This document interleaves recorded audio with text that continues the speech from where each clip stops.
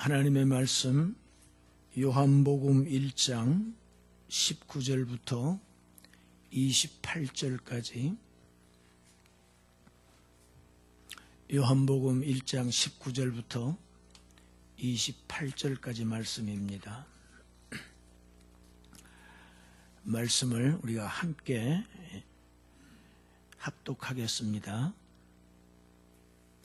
유대인들이 예루살렘에서 제사장들과 레위인들을 요한에게 보내어 내가 누구냐 물을 때에 요한의 증언이 이러하니라. 요한이 드러내고 말하고 숨기지 아니하니 드러내어 하는 말이 나는 그리스도가 아니라 한데, 또 묻되 그러면 내가 엘리야냐 이르되 나는 아니라, 또 묻되 내가 그 선지자냐 대답하되 아니라, 또 말하되 누구냐 우리를 보낸 이들에게 대답하게 하라. 너는 내게 대하여 무엇이라 하느냐. 이르되 나는 선지자 이사야의 말과 같이 주의 길을 곧게 하라고 광야에서 외치는 자의 소리로라 하니라. 그들은 바리새인들이 보낸 자라. 또 물어 이르되 내가 만일 그리스도도 아니요 엘리야도 아니요 그 선지자도 아닐진데 어찌하여 세례를 베푸느냐. 요한이 대답하되 나는 물로 세례를 베풀거니와 너희 가운데 너희가 알지 못하는 한 사람이 있었으니 곧 내 뒤에 오시는 그이라. 나는 그의 신발끈을 풀기도 감당하지 못하겠노라 하더라. 이 일은 요한이 세례 베풀던 곳 요단강 건너편 베다니에서 된 일이니라. 아멘.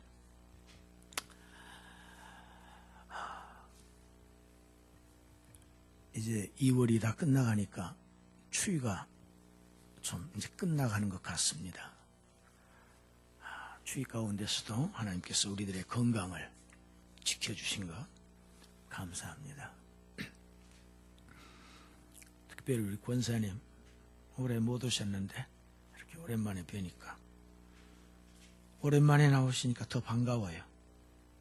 가끔 반가우려면 빠졌다가 나오시는 것도 방법인 것 같아요. 세례 요한은 외쳤습니다. 회개하라. 하나님의 나라가 가까이 왔느니라. 세례 요한의 외치는 메시지는 아주 간단하지만 분명했습니다. 이 외침 소리를 들은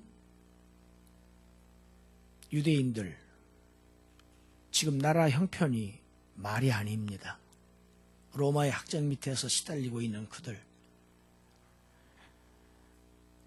아주 메시아의 강림을 학수고대하고 있던 그들이 혹시 이 사람이 메시아가 아닌가,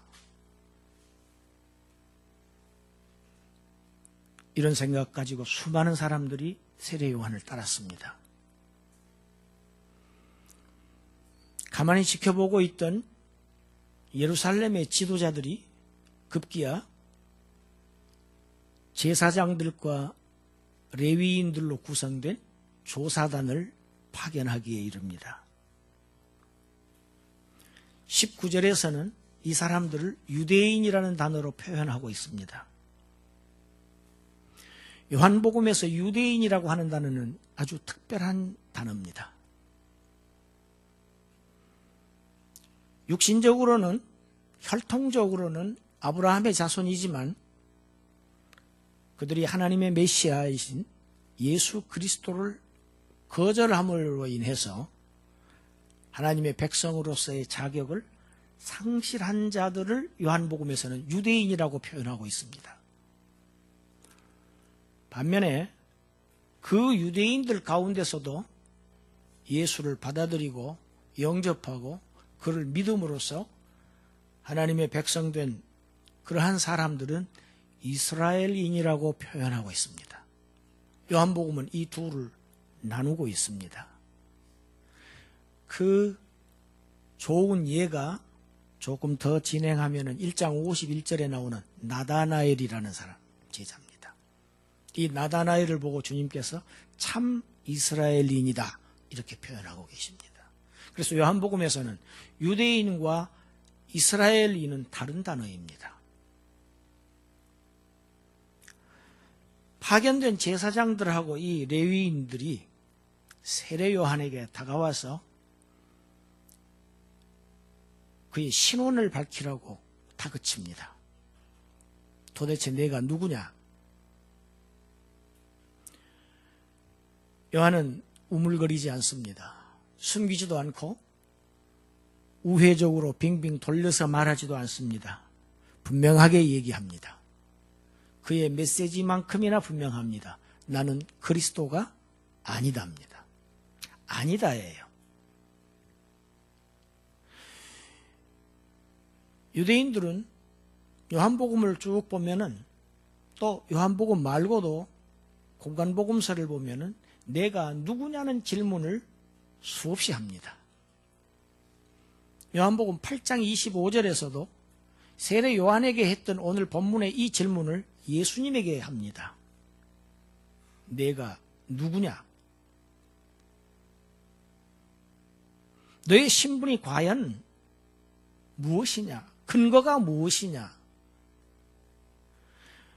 예수님은 그 물음에 나는 구약 옛날부터 너희들의 족장, 또 너희들의 하나님의 보내신 그 선지자들이 계속 말해온 그 메시아, 곧 그리스도다.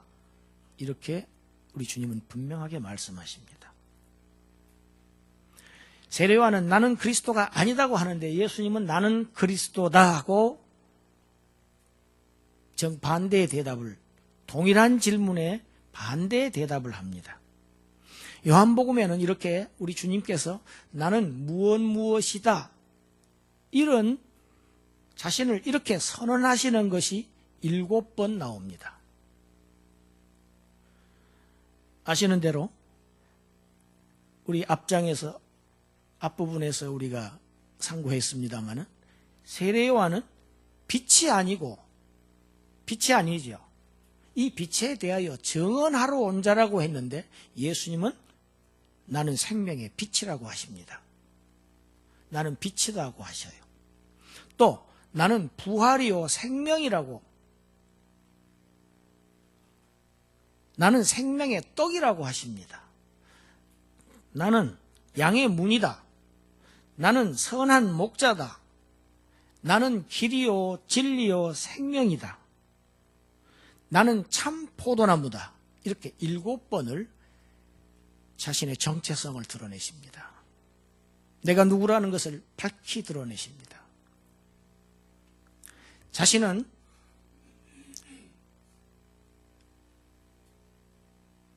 영원한 사망 가운데서 사망의 종로로 타는 이런 백성들에게 영원한 생명을 주어서 그들을 살려내서 하나님 나라의 백성이 되게 하는, 하나님 나라에 들어가게 하는 그러한 하나님의 아들 메시아라고 하는 것을 아주 분명하게 밝게 드러내십니다.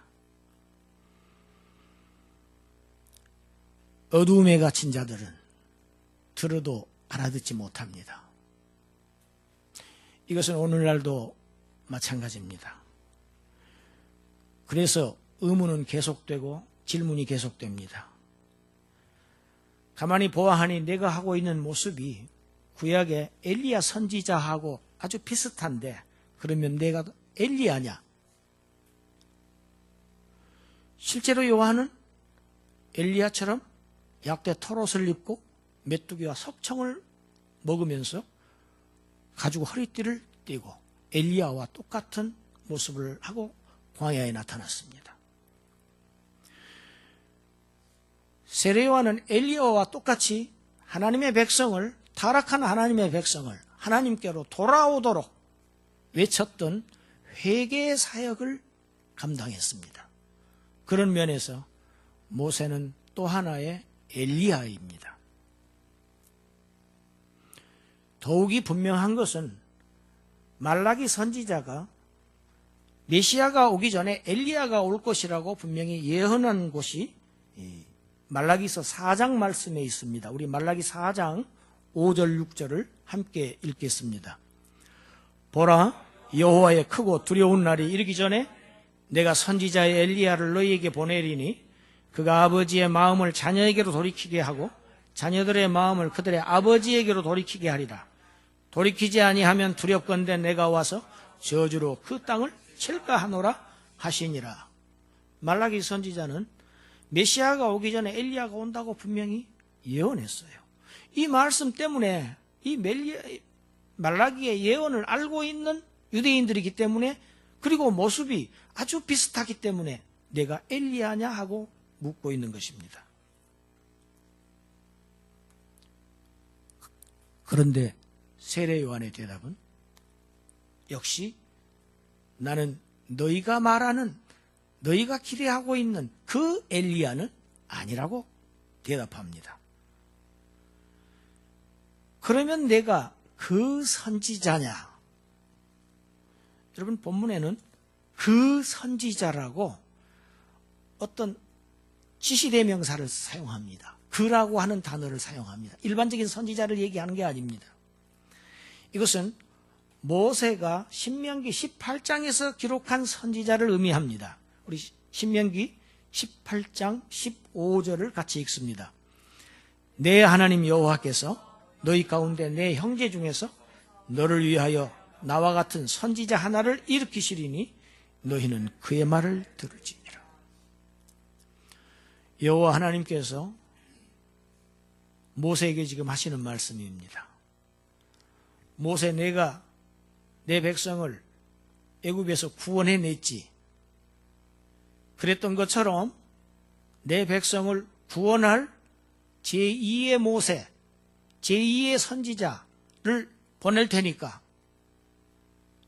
모든 백성들은 다 그의 말을 청종하라. 그의 말을 믿으라. 이런 예언을, 말씀을 주셨습니다.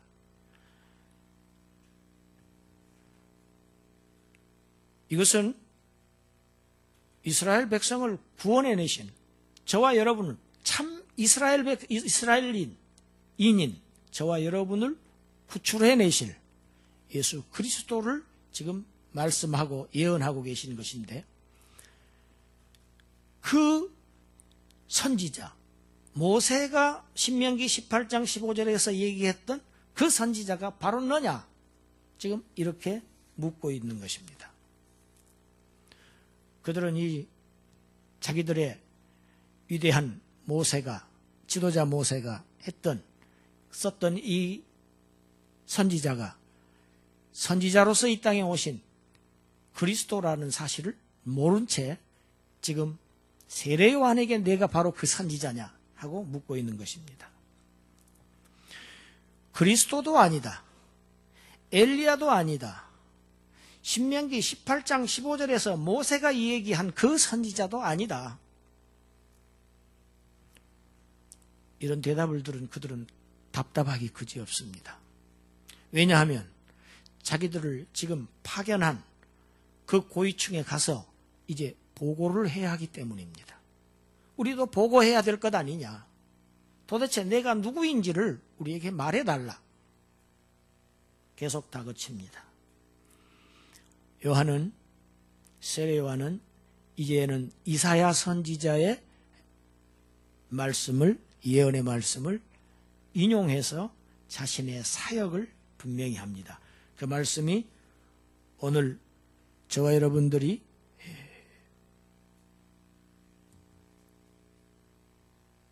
교독했던 이사야서 40장 3절 말씀입니다. 같이 한번 읽겠습니다. 외치는 자의 소리여 이르되 너희는 광야에서 여호와의 길을 예비하라. 사막에서 우리 하나님의 대로를 평탄하게 하라. 여러분, 이 말씀은 1차적으로 예수님 나오시기 537년 전에, BC 537년에 바벨론으로 포로로 끌려갔던 백성들, 그 백성들이 이제 그 포로에서부터 해방되어서 다시 귀환할 때 그 백성들과 함께 돌아오실 여호와의 길을 광야에서 예비하라는 말씀입니다. 하나님의 백성은 70년 동안 바벨론에서 고통받고 포로 생활했습니다. 그때 하나님은 어디 계셨을까요? 하나님은 고통받고 있는 자기의 백성들과 함께 하셨다는 사실을 우리는 암시하고 있다는 것을 알 수 있습니다. 이제 그의 백성들만 돌아오는 것이 아니고 포로 생활하던 그들을 항상 함께 계셨던 그 야훼 하나님께서 그들과 지금 함께 돌아오실 터이니 그의 길을 이제 광야에서 준비하라는 것입니다. 돌아오는 길을 예비하라고 부르심을 받은 사역자들에 대한 메시지입니다. 이것이 1차적인 의미입니다. 그리고 이 예언은 신약에 와서 바로 오늘 주인공 세례 요한에 의해서 성취된 말씀입니다. 이 말씀 때문에 세례 요한은 제사장 가문에서 태어났지만은 성전으로 가서 사역하지 않고 광야에서 나타났던 것입니다. 세례 요한의 사역지는 광야여야만 했습니다. 외치는 자의 소리라고 했습니다. 여러분, 외치는 자의 소리는 보이지를 않습니다. 소리만 들린다는 표현입니다. 세례 요한은 자기를 나타내지 않았습니다. 자신을 드러내지 않았습니다. 말씀이신 그리스도만 나타냈고 그리스도만 높였고 그의 구원에 참여할 그러한 하나님의 백성들을 그들의 마음을 메시아를 받아들일 수 있도록 영접할 수 있도록 그들의 마음을 준비시키는 그러한 회개의 사역을 했지 그는 주인공 행세를 하지를 않았습니다. 그는 말씀이 아니었고 광야에서 외치는 자의 소리였습니다. 그러니까 이 말씀을 한마디로 23절을 줄이면 나는 소리다 합니다. 나는 말씀이 아니다. 로고스가 아니다. 태초부터 계셨던 그 말씀이 아니고 나는 그 말씀의 길을 예비하러 온 도로공사자로 나는 온 사람이다. 소리일 뿐이다. 여러분, 소리는 결국은 사라지고 맙니다. 소리는 보이지 않습니다. 소리는 보이지 않지만 말씀은 영원히 남습니다. 사역자들의 역할은 이래야 합니다. 세례 요한 같아야 합니다.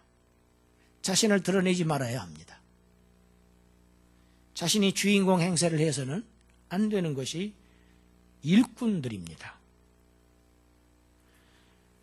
이렇게 이사야서 40장을 또 들어서 세례 요한이 자신의 사역을 설명하지만 역시 그들은 알아듣지 못합니다.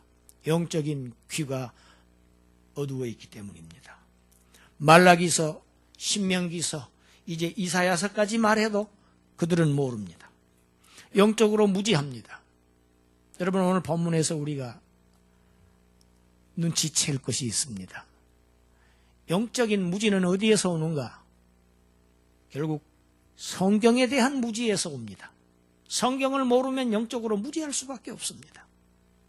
이것이 하나님을 믿는다고 하였던 이스라엘 민족들의 형편이었습니다. 그래서 그들은 또 묻습니다. 이번에는 세례 요한의 권위에 대해서 따집니다. 내가 그리스도도 아니고 엘리야도 아니면서 그리고 선지자도 아니면서 도대체 무슨 권세를 가지고 이렇게 세례를 베풀고 있느냐?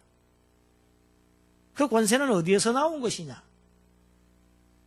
너는 공적인 어떤 직함도 없으면서 무슨 권세로 이런 짓을 하느냐? 그들은 공적인 직함이 있는 사람들입니다. 예루살렘은 당시에 정치와 종교의 중심지입니다.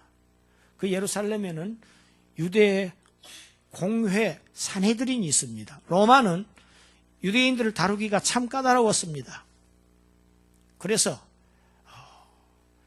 그들의 민사상의 문제라든지 그들의 풍속에 관한 문제라든지 종교에 관한 문제는 스스로 자신들이 의논해서 살아갈 수 있도록 자치를 허용하는 것이 유대 공의회입니다. 그것이 산헤드린인데 구성원이 70명으로 되어 있습니다. 그러니까 오늘 예루살렘 그 본부에서 지금 세례 요한에게 이 조사단을 파견했던 이 조사단들은 유대 산헤드린 공회 의원들입니다. 그리고 그들의 보좌관들이 레위인들입니다. 오늘날 우리식으로 말하자면 국회의원들과 그 비서관들 있죠. 그렇게 구성된 조사단이 지금 파견돼서 지금 세례 요한을 추궁하고 있는 것입니다. 한마디로 무엇을 하고 있는 것입니까? 너는 지금 자격 없는 자가 지금 권세를 행하고 있으니까 이건 직권 남용 정도가 아니고 지금 권력을 사칭하고 있는 것이라는 겁니다. 권력 사칭 문제를 지금 따지고 있는 것입니다. 왜? 그들은 권세자들입니다. 권력자들입니다. 세례 요한의 대답이 26절을 우리 같이 다시 한번 읽어보실까요? 26절 읽습니다. 요한이 대답하되 나는 물로 세례를 베풀거니와 너희 가운데 너희가 알지 못하는 한 사람이 섰으니 곧 내 뒤에 오시는 거이라. 지금 그 현장에 그 군중 속에 예수님께서 서 계셨습니다. 그러나 그들은 그가 누구인지를 알아채지 못했습니다. 아마 학자들은 예수님께서 요한에게 세례를 받으신 그때였을 것이다 이렇게 추정합니다. 너희 가운데 너희가 알지 못하는 한 사람, 그 사람이 서 있다. 그런데 나는 지금 너희들에게 물로 세례를 베풀지만 그분께서는 얼마나 위대하고 얼마나 영광스럽고 얼마나 지존하신 분인지 나는 그의 신발끈을 풀 수도 없는 그런 정도의 위대하신 분이다. 나는 그의 신발끈을 풀 만한 자격도 없는 사람이다. 세례 요한은 겸손했습니다.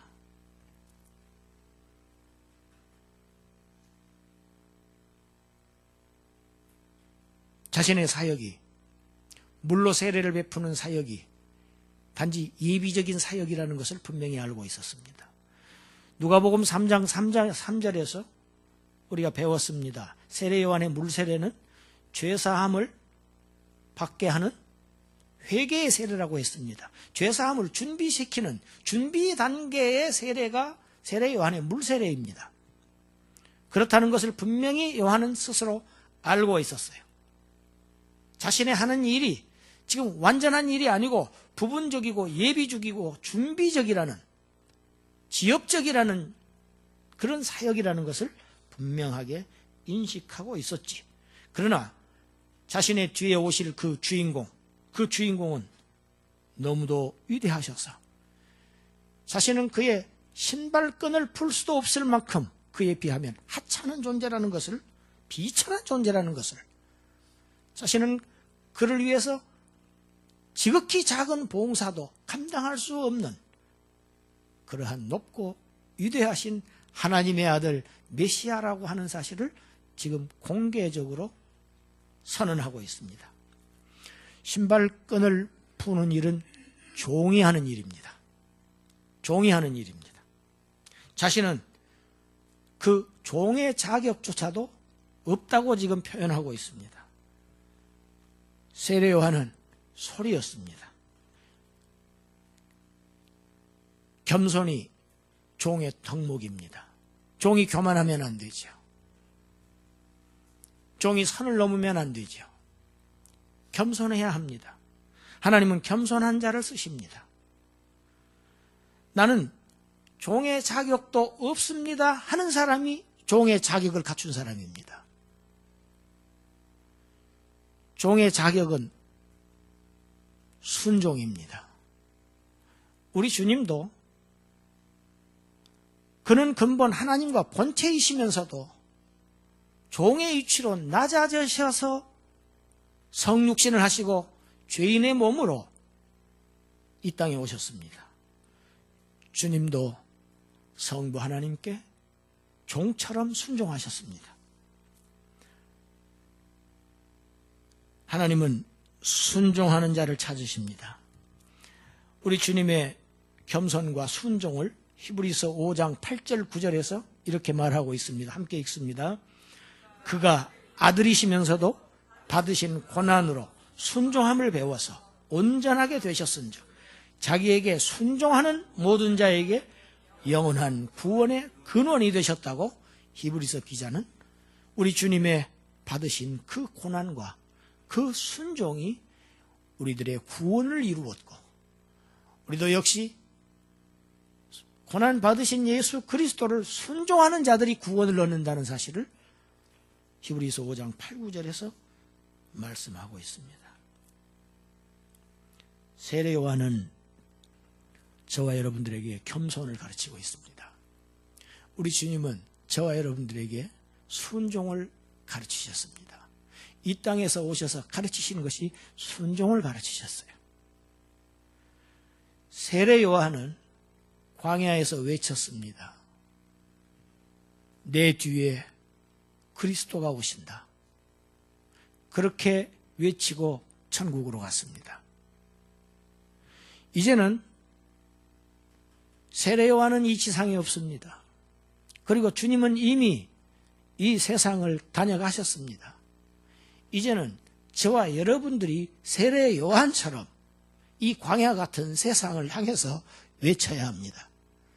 그리스도께서 오셨다고, 그리스도께서 우리를 구원하셨다고 외쳐야 할 이 사역을 광야에서 감당해야 할 사람들이 바로 다른 사람이 아닙니다.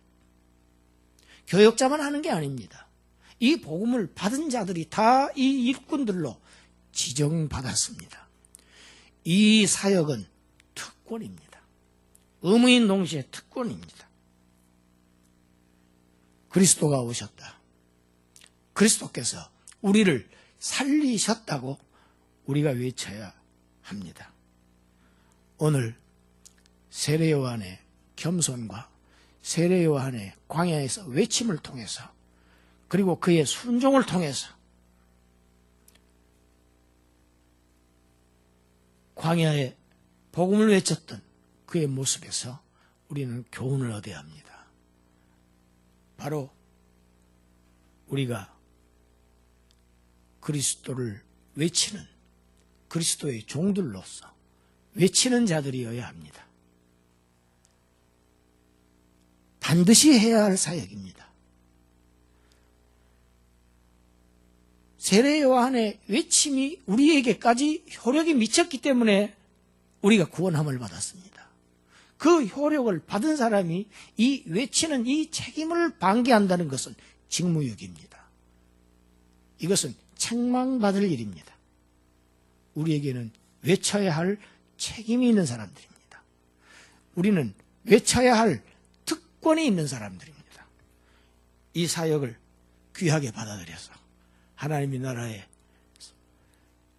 그리스도의 귀한 종들로 쓰임받는 귀한 여러분이 되시기를 주님의 이름으로 축원합니다. 기도드리겠습니다. 아버지 하나님 감사합니다. 여자가 낳은 자 중에 가장 큰 자라고 주님께서 극찬하셨던 이 세례 요한에게서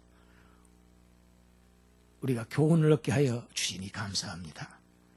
이 교훈을 받은 대로 행함이 있는 그러한 성도들 되어서 머지않아 요한처럼 우리도 그 나라에 갔을 때 주님의 칭찬을 받고 주님께서 우리들의 어깨를 두드려 주시는 그러한 축복을, 그런 축복의 당사자들이, 주인공들이 될 수 있도록 주님 은혜 베풀어 주시옵소서.